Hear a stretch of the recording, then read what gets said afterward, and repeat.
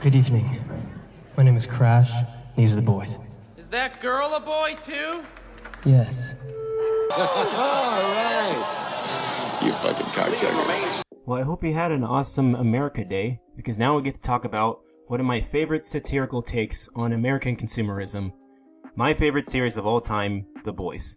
With its awesome set of three-dimensional heroes and a shockingly scary set of villains, The Boys has become a monument in a successful series that's ever been produced and created in the superhero genre. And it definitely deserves the praise that that's gotten over the years and the seasons that it's...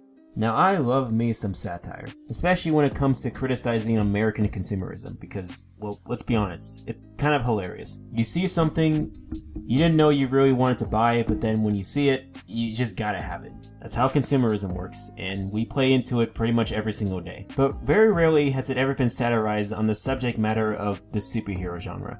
That's where this series comes in. This series has become the holy grail of satire and has become a classic amongst viewers and users of Prime Video all across the globe. And it definitely deserves the praise that it gets. But what makes this satire such a classic? Now, there's two factors that play into the whole satire in the American consumer market in terms of this show. Point number one would be what the consumers are buying into.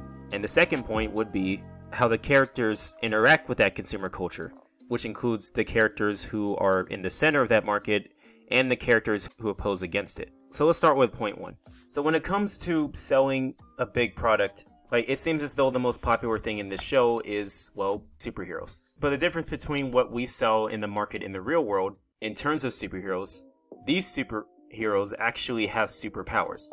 Well, they're quote-unquote superheroes, but, you learn that they're evil corporation. But my point is, it sells. And what sells even more is the fact that they actually do have the superpowers that they claim to have when they're in the media, like they're on camera and stuff like that.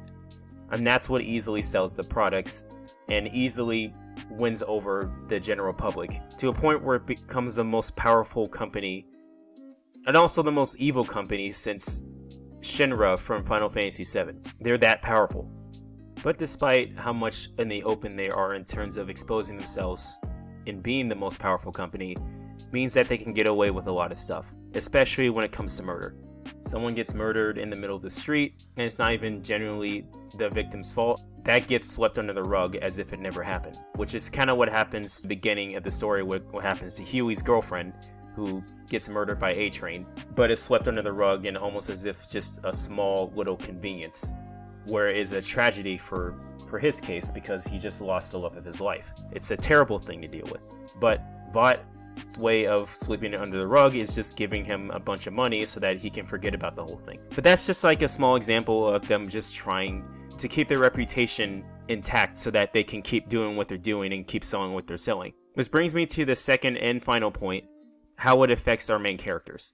So like I said before, Huey's girlfriend gets murdered by A-Train, which is one of the people of who they call the Seven, which is their elite superhero group. Superhero, quote-unquote. The point is, Huey's girlfriend dies and he tragically deals with the loss. Basically wants to oppose against the people who did it by simply not taking the money. And then he runs into Billy Butcher, played by Carl Urban, who basically is opposed to Vought as well and wants to take revenge with Huey's help. Because eventually throughout the series, it's not just Huey that suffered against the evils of Vought, but it's also Billy that suffered from it as well. He watched his girlfriend get physically assaulted by Homelander himself, and forced to see her go missing and have to look for her throughout the entirety of the series. All the while, his wife is being forced to be impregnated by Homelander and have to carry the baby almost painfully, as if it's just trying to get out because, it's part of the whole Compound V sort of thing. It's inherited from the Compound V, so she's just suffering through that pregnancy, almost as if she's gonna die at any point. Mama's Milk suffered losing his family to Soldier Boy, who tragically took away his family members, and also Kimiko, who also suffered through a bunch of other stuff with Vought as well. So basically, that group of people that they call in the show the Boys, hence the title, are basically trying to get revenge against Vought. Try to win the public over in order to tell them what they're spreading is completely freaking lies. So that's the side of people who oppose against the corporation. The people who are a part of it obviously want to keep it going. The center of it is obviously our main villain, Homelander, like, who basically can be seen as the evil Superman, but I think it's more deeper than that. It's basically someone who's trying to gain validation upon his peers. Despite him being a complete psychopath, he feels like he has to get positive validation from everyone, and he'll rip as many arms and limbs as he can in order to get that, no matter how much it hurts them. But as long as he gets that reputation, he could care less about anyone else's life but his. And that sort of influences the rest of the Seven, everyone except for Starlight, who, despite being part of the Seven just only recently by the first episode, even despite getting essayed by one of the members of the Seven, she decides she wants to fight through it in order to preserve her right of being in the Seven. And that kind of hurts me, because, like, you realize she's only doing this because she's getting the good graces of her family, like her mom, basically. She makes her go through all these pageants and all these things. Like, she's making her go through all these things in order to make her famous.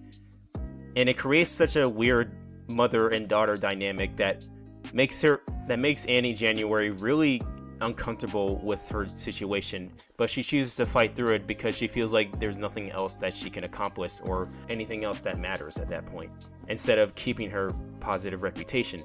But it's so tragic to see, because there's a lot of celebrities that go through that nowadays, like the whole tragic mother-daughter relationship between Jeanette McCurdy and her mom, and that creates a similar dynamic where it's like her mother is trying to force her into this acting business that she's vicariously trying to force fame onto her. But Jeanette doesn't even want that. She wants to be a writer. She wants to follow her own dreams. But it goes against her mother's wishes, and she's forced to do what her mom wants her to do. And the boys with Annie January with her mom reminds me solely. It's almost as if it's solely based off of that. If it's happening in a fictional world that's taken from reality, that just goes to show how tragically abusive parents can be when they're trying to vicariously live through their kids' fame or something like that. And it's awful. But that's why I like this show, because, like, it shows how consumerism can change people in the worst way. It makes human beings into people that seemingly do awful things, and it's just like it affects other people in such a negative way. And the way to satirize it here, it just shows how tragic the American consumer market can be sometimes when it's in the wrong hands of greedy corporate assholes. When you're stuck in the middle of it all, but you have to make the hardest decisions in order to make your life come out in the best way that's healthy for yourself, or you can just give into it and just basically let fame or tragic notion just shower all over you, and it becomes tragic for the individual, and it doesn't really help anyone in any situation. It's sad, it's tragic, but it's also really funny in this regard, at least in terms of the satire. But that's why I love this show. It does such a fantastic job in showing that, in all the worst ways you can see it and in all the best ways you can see it. I love this show to death. Even if it had a rocky fourth season, I still love this show. And I'll love it until the very end.